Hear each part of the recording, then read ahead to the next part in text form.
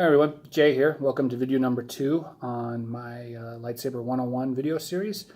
First video focused on some of the basic components around a lightsaber hilt and the types of lightsaber hilts that you can get.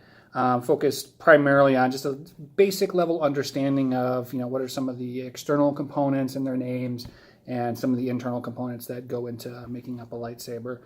For this video, I really want to focus on the business end, probably the coolest end of a lightsaber, and that's the blade. Oftentimes, you hear a lot of questions around, can I duel with it? Does the blade shoot out of the hilt? Can I get it in this color? All kinds of questions regarding that. So I'm going to talk a little bit about the business end and what goes into it and what the capabilities are, and hopefully, in the process of doing that, we'll answer a lot of those questions. So as we talked about in my first video, what creates the light for the lightsaber, for most lightsabers, is what we call an in-hilt LED. And as we're showing in the first video, this is basically what that looks like. This is an LED housing, and there is the LED that sits inside, and the light shines out. Now, where does that go? So if you aren't familiar, you probably have some questions around that. Well, I will show you. So this is my demo blade. So this is not very long, but this is effectively what goes in the business end of the lightsaber. And this fits in to the emitter, and you usually will have a screw or some type of other device that will tighten this down and hold it in place. And when you turn the lightsaber on and that LED lights up, you get that light up blade. Now, obviously, this is not like in the movie, okay? This thing's not going zoom and shooting out. As cool as that would be, nobody's come up with that yet. The first person that does is going to be a billionaire. But that, in a nutshell, is how these blades work. So what makes up these blades? Well, most of these blades are made from a material called polycarbonate. It is an extremely tough and durable plastic type material. It has some interesting optical properties. You can actually use it for focusing light. It can be completely clear, translucent. It can be opaque. It can come in various different thicknesses. The way that the blade works is there is usually some type of what we call diffusion, which kind of collects the light and distributes it down the blade. And that can be done in a lot of different ways. That can be done with a type of film inside. We call it diffusion film. That can be done with having an opaque blade, a blade that's kind of mostly white. This is an opaque blade that sort of collects the color too. You can do it where there might be fine grade sanding along the outside of a clear blade, which will help kind of pick up that light as well. There are foam tubes that can be inserted. There's a lot of different ways to go about doing that, and all of them have different levels of effects. What we typically try and focus on what we call a dual diffused blade, which is going to give you your sort of the brightest and best look and the best options around being able to do what we call color mixing. And that usually refers to a blade that has more than one type of diffusion capability. And that's usually going to be some type of internal film and something on the outside of the blade itself, whether that is the blade being opaque or there's some level of sanding or some other type of material that's been applied to the outside of the blade to help capture that light as well. And I will give you a couple examples here. First, I'm going to show you a single diffused blade, which is this. So this is a clear polycarbonate blade that just has some diffusion film wrapped in it. So I'm showing you this because I haven't done any sanding on this on the outside. So this is a good example of just what a basic diffused blade looks like.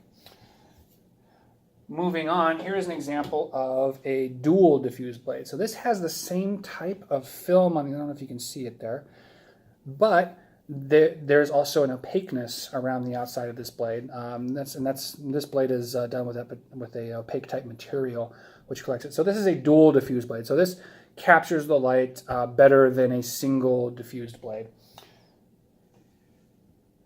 And there is actually a third type of we'll call it kind of diffusion that gets called a photon blade.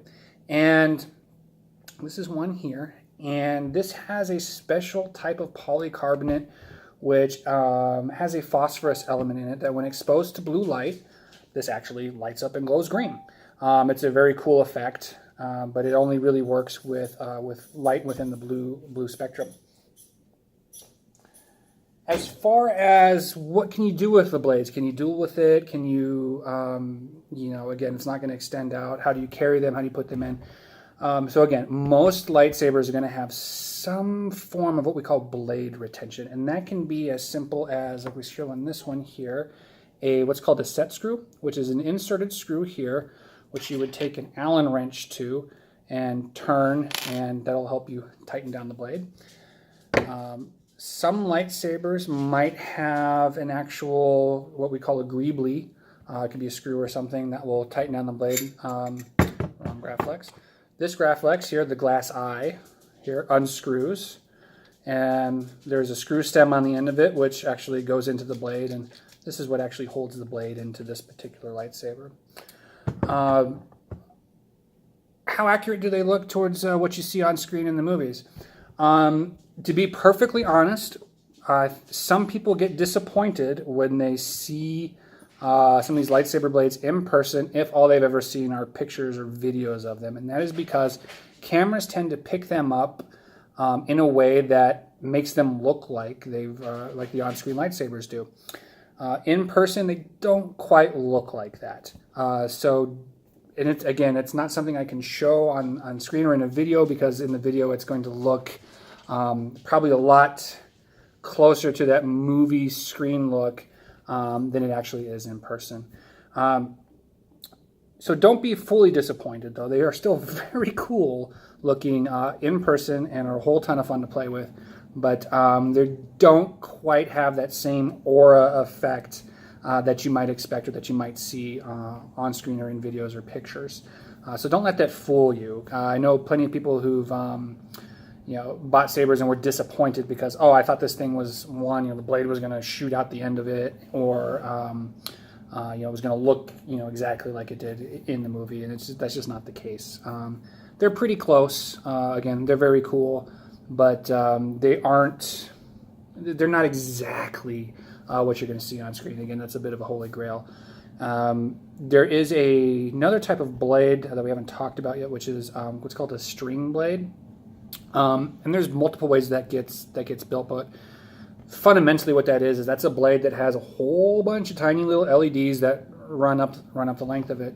The current technology that's being used for that is called NeoPixel, and basically these are just strips of LEDs that get put into the blade, and they can do some interesting effects, and they provide a nice even lit blade as well. I'm in the camp where I'm not exactly feeling that technology is mature.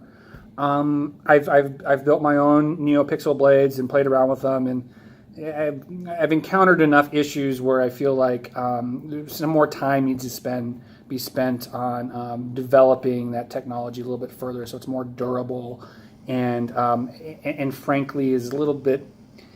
Is more ubiquitous around how it gets installed or the type of components that you use. Right now there's multiple different ways, and I know there's folks out there that are pushing their methods, and I think eventually as a community we'll probably ultimately decide on something, and hopefully can improve it to a point where I know I personally would feel like it's really something I would feel good and comfortable sending out to one of my clients.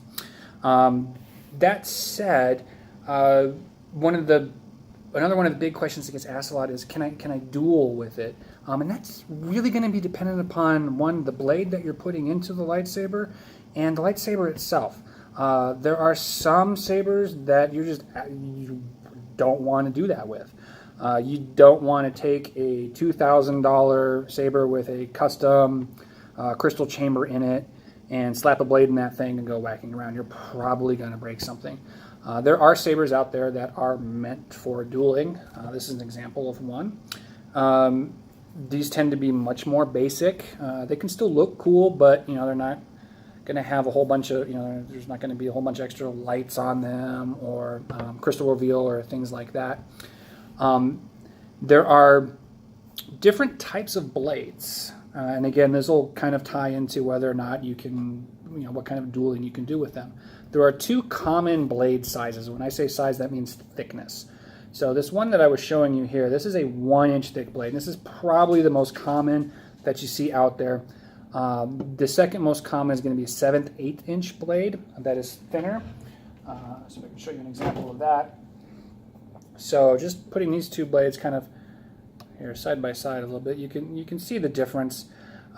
These thicker blades are structurally more rigid and are usually the ones that you're going to find for any type of dueling saber. The 7/8 inch blades are really more meant to reflect a screen accuracy type blade look for some of the original trilogy and prequel trilogy sabers that have a thinner blade. With the sequel trilogy, The Force Awakens and The Last Jedi, if you pay attention, you'll notice that the lightsaber blades in there actually look a little bit thicker, and they're actually a little bit more representative of a 1-inch style blade. And there's actually a good reason for that, because they were actually using these type of blades for some of the choreography. So what you're seeing on screen is reflecting that.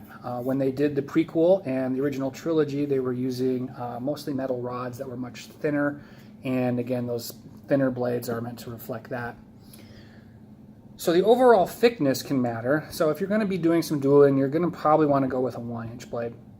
And you're probably also going to want to go with what we call a thick wall 1-inch blade. These blades, this is a thin wall. As you can see, it's not very thick. And this guy over here is a thick wall. So you can see that, so the difference there, you can see how much thicker this one is. It's actually twice as thick. It's also considerably heavier than a thin wall blade, and that is going to have the most structural rigidity to it and be able to take the most amount of beating and damage before the blade might crack or fall apart on you. So yes, you can duel with the lightsabers. Everything from just some light playing around to full-on competition. There actually are organizations out there that do lightsaber fighting, for lack of a better term. And again, a lot of the time what you're going to see are going to be these thick-walled blades. You can sometimes see thin-wall blades because they are lighter, so you can move them around faster. If you are someone who's looking to use a lightsaber in a practical manner for what we call spinning, which is where you see the lightsaber being twirled around, a lot of times those are done with thin wall blades because they're much lighter, and also shorter blades, usually somewhere between about 28 and 32 inches in the length, to really get a good balance point so you can do that kind of stuff. So those things really go in to determine whether or not you can beat around the blade, do some kind of dueling, or how good is that thing going to be for some level of like spinning or some type of choreographed demonstration. Another topic is, what color is your blade? A lightsaber can be done in multiple ways. You can have what we call a single blade color, which is usually what we also call 2-channel, or sometimes single channel. Most lightsabers anymore are going to be dual channel, with the exception of there are a couple companies out there that still do single channel. When I say that, that means it's one color. That's it. That's all it does. It's not going to. It might flicker, but you're not going to get any color shifts or anything. 2-channel is going to have 2 different colors. That you may have a main color for the blade when it's active and lit up, and then it may throw on the other color to cause a color shift for when you smack it against something for what we call flash on clash, or do like blade lockup or blaster, or what we call auxiliary effects. Give some sort of animation effect around it. Then there are tri-channel or 3-channel, which allows for 3 different colors, which is where we can get into what we call RGB, red, green, blue, allowing us to mix basically any color we want for that blade. So there's multiple choices around what you can do for a blade, and it really depends upon what your budget is, the capabilities of the soundboard, and just, more or less what's going to be possible. Yes, you can pretty much get any blade color you want. If you think a yellow lightsaber is cool, well, there's hundreds of different shades of yellow out there. We could come up with all kinds of different blues, greens, reds, purples, pinks, whites, you name it. It can be done. And it can be done on pretty much any one of those soundboards that I showed you in the first video. One of the things to consider is that when you're dealing with 3-channel color mixing, RGB, it is possible that you can have just one LED that gets lit up. So if you want just that pure red, that just red LED might be lit up, that's not going to have the same level of brightness as if you had 2 reds lit up. So that is a thing to consider when you're thinking about what kind of saber you want to build. Sometimes if you're building a character-based saber, something like Luke Skywalker's, Obi-Wan Kenobi, something like that, you may elect to go for just a dual channel. Even if you're, when I say dual channel, it could be sort of a fake dual channel, but you may have just a single blade color that is specific for that character, and then you might have that that secondary color for your auxiliary effects. And again, that's can be done on any soundboard. Or you might think it's cool to be able to just mix whatever colors you want. Excuse me. I'm quite fond of RGB sabers. I own many, and most of those are the 7/8 inch blades. Because, in my opinion, I feel like when you're on a single LED with those, you get a better light output through them versus the 1-inch blades. And again, that's just my personal preference. Everybody's is different, but I'm quite fond of RGB sabers, and and if you want to have just some fun with mixing things, you can definitely go that route. As far as what's the best LED out there to get, I highly recommend going with TriStars. And that is 3 LEDs on a single star. Excuse me. Not a quad. Okay, this is a quad. I went over this a little bit in the first video, but you can see there's the size difference in the LED dice that are on there, and where they're situated on the actual star itself. This TriStar has just the better ability to dissipate heat, which allows more power to be put into the LED, and it can actually cool easier. So you can get more lumens out of it. You can actually get a brighter LED. That, and there are lenses that are specifically designed to go over the tops of these to focus the light perfectly. Versus something like this, where you've got a cluster of LEDs and one large lens that sits over it. And the way these lenses work is they use boundary layer reflection and refraction, so which requires certain angles of light to hit it. So if you have something that's offset from one of those angles, you'll actually get light will bounce out of the lens, and it may not come back in. So you can lose some of the light output through a LED like this. To make up for that, you might need to have all 4 of these lit up, which will effectively be on par with 2 LEDs from this guy. Obviously, if you have all 4 of these lit up, that's 1 channel. You can't have an extra color on there to do any type of auxiliary effects or cool things. So get a tri-LED. If you're going to go for an in-hilt, make sure it's a tri-LED.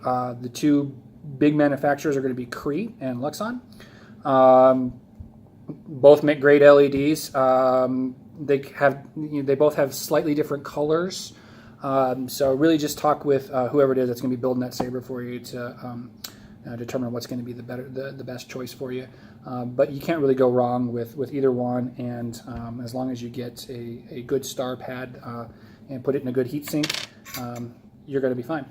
So hopefully that's nice and informative on the business end of the lightsaber, and we'll see you for the next video.